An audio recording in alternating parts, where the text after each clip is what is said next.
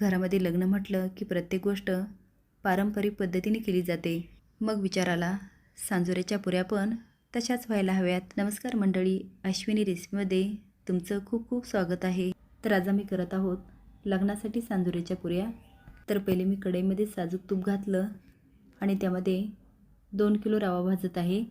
तर रवा आपल्याला कसा भाजायचा, अगदी घरामध्ये घमघमाट सुटेपर्यंत. हल्ली काय करतात, गॅसवर पाणी ठेवतात आणि त्यामध्ये गूळ घालतात. ते उकळून त्याचं गुळवणी तयार करतात आणि त्या गुळवणीमध्ये भाजलेला रवा घालतात.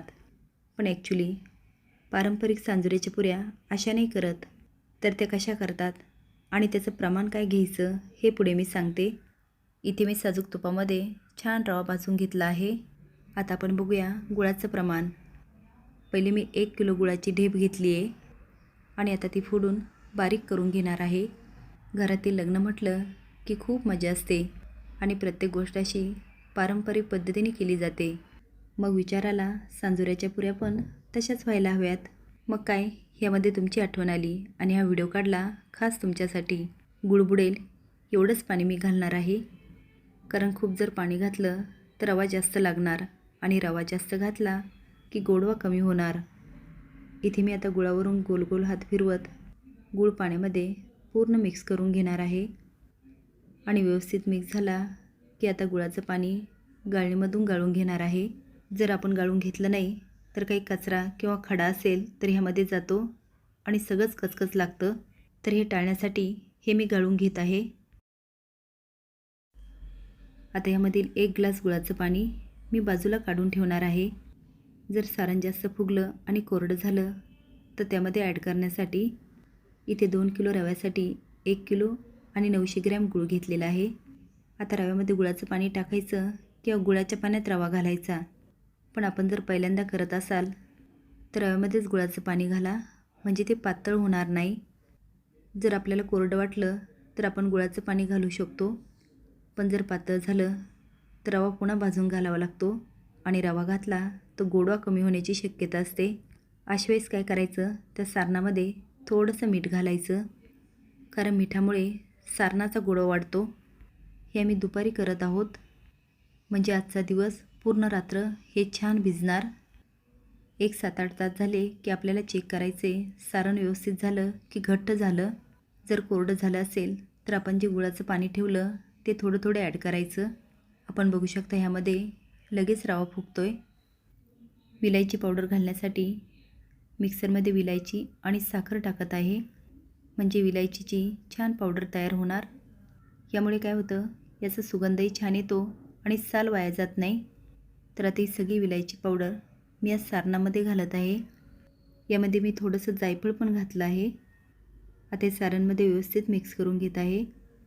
आपण बघू शकता याला आत्ताच एवढा घट्टपणा आला आहे. अजून तर हे अर्धा दिवस आणि पूर्ण रात्र भिजायचे. हे मी आता झाकून ठेवते. आता दुसऱ्या दिवशी हे सारण मी व्यवस्थित मिक्स करून घेत आहे आणि त्याला छान घट्टपणा आला आहे.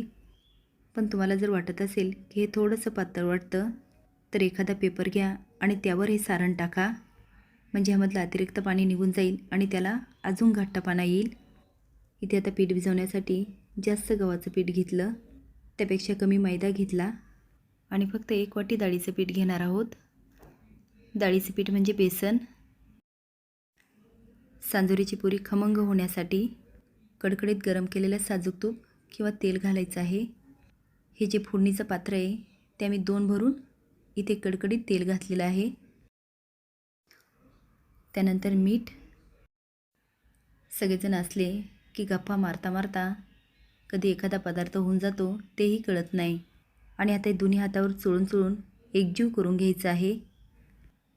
आता यामध्ये थोडं थोडं पाणी घालून थोडंसं घट्ट पीठ भिजवून घेणार आहोत. खूप घट्ट पण नाही आणि खूप सैल पण नाही.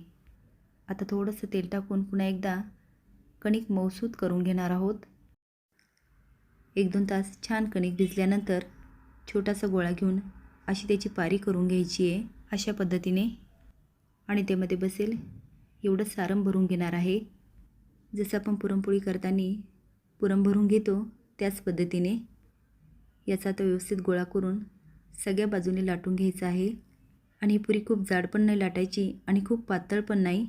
इथे सुरुवात केली ती गणपती बाप्पाने. त्यांना हळदी कुंकू लावून आपण सांजोऱ्याच्या पुऱ्या करून घेतल्या आहे. आता हे तळण्यासाठी गॅसवर पहिलेच तेल गरम करायला ठेवलेलं आहे आणि सगळ्याच पुऱ्या आपल्याला एकदम करून घ्यायच्या नाही. त्या करत असतानाच एका बाजूला तळून पण घ्यायच्या आहे, कारण ते सुकल्या की फुटण्याची शक्यता असते. पहिले आपण तेल गरम केलं आणि पुऱ्या टाकत असताना मोठाच गॅस ठेवला. पुऱ्या टाकून झाल्या की मी आता मीडियम गॅसवर तळून घेणार आहे. जर आपण हाय फ्लेमवर तळलं तर वरून जळण्याची शक्यता असते. यावर मी आता थोडं थोडं तेल टाकते आणि दोन्ही बाजूनी छान खमंग तळून घेते. इथे आपली पहिली सांजोरीची पुरी तयार झालेली आहे आणि त्याचा कलर बघूनच कळतंय ती किती खमंग झाली असणार. तर पारंपरिक पद्धतीने ह्या सांजोरीच्या पुऱ्या तुम्हाला कशा वाटल्या आणि तुम्ही अशाच करता की अजून कुठल्या पद्धतीने, हे जर कमेंट बॉक्समध्ये सांगितलं तर मला खूप आवडेल. तर असेच नवीन व्हिडिओ बघण्यासाठी लाईक आणि सबस्क्राईब करा. धन्यवाद.